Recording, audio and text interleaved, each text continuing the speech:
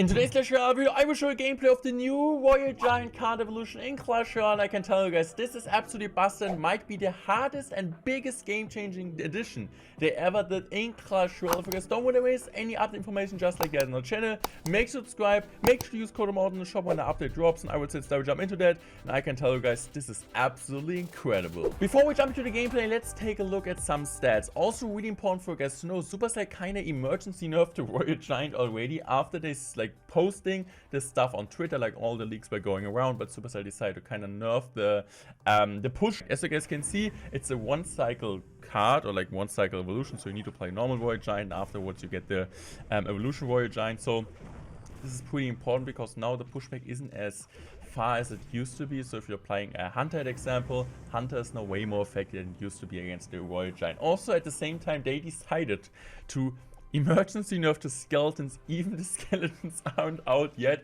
and as you guys can see here, the cycle will be 3 instead of 2, which is an absolutely huge change. And also the maximum skeletons counter will be 6, as you guys kind of seeing in the background, instead of 8. So really huge changes. But now let's take a closer look to the Royal Giant, and let's take a look at the Royal Giant HP first. Almost 1000 HP more, guys. This is absolutely incredible! This is absolutely incredible. As you guys can see, the recall damage is 81, so it's like perfectly fine for killing skeletons, that example, because skeletons exactly have like 81 HP. So they Royal Giant, every time it hits the tower, it's also one-shotting skeleton army. So this is absolutely incredible. And yeah, what do I need to say? This is honestly the best card I've ever seen in Clash Royale history, and I would say it's time we jump into some gameplay, and I can just tell you guys, this is absolutely game-breaking.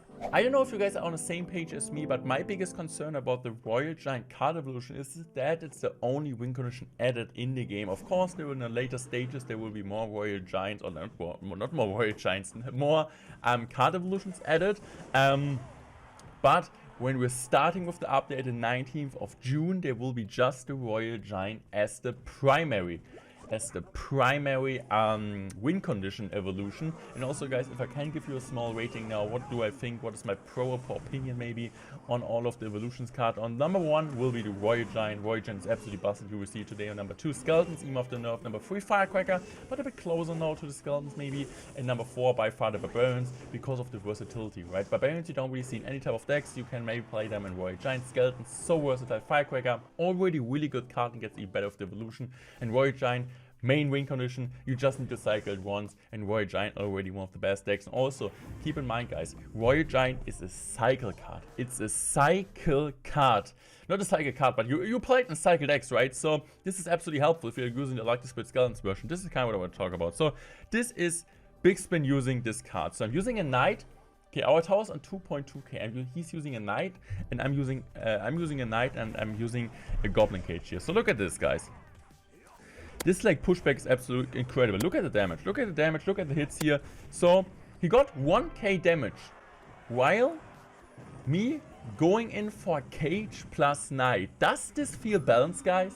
Of course guys, similar counters to the normal Royal Giant. Inferno Tower does pretty well, as you guys can see here. So even with like the extra 1k HP, Inferno Tower is still able to kill the RG without taking any damage on the tower. So Inferno Tower will be really solid option, but at the same time I feel like most people will start using Lightning with this card.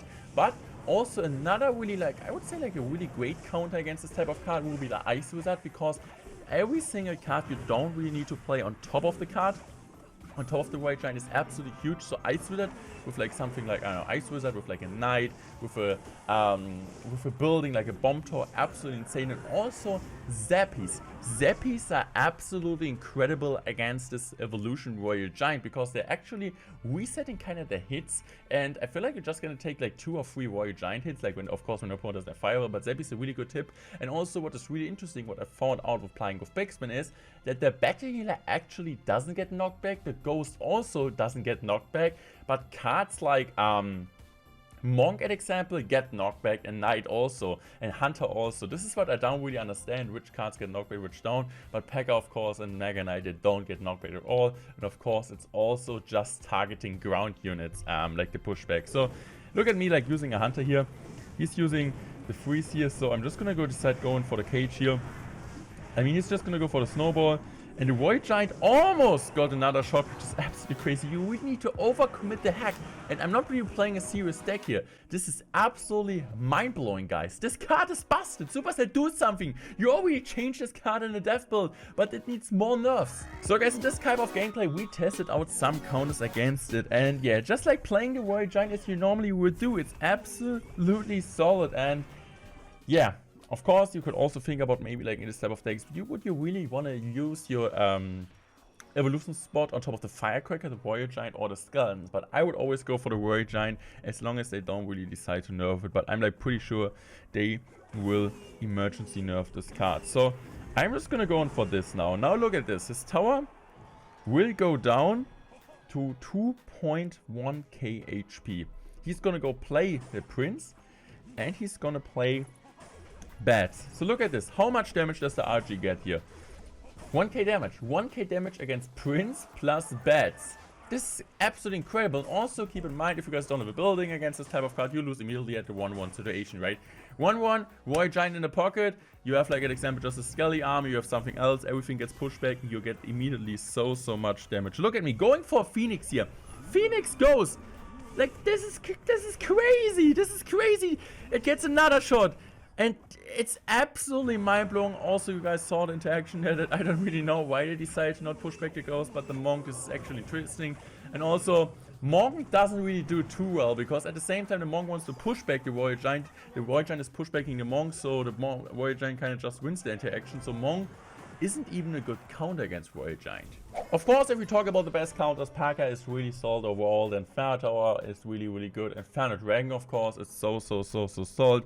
I was kind of trying out Bomb Tower here, and the Barbarians, but you guys will see it now. So he's gonna play his Evolution Royal Giant. Honestly, he looks so dumb.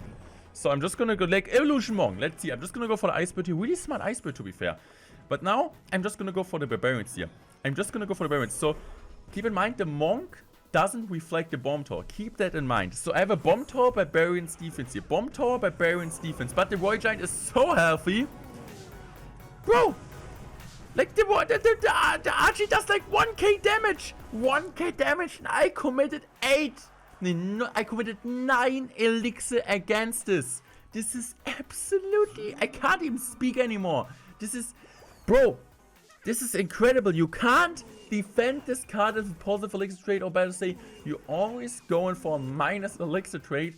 And if you're like looking for getting like 1k, or like for 500 damage, 600 damage, it always does it, especially with the spell. It's even crazier than right now. So look at this. He's using a Monk here, and this interaction I'm talking about. The Monk doesn't even do really anything, and like 3 towers are targeting the Warrior Giant, but still, so much damage. So I need to go in here for my Bomb Tower here. I mean, Bomb Tower like pretty solid overall, of course, against this.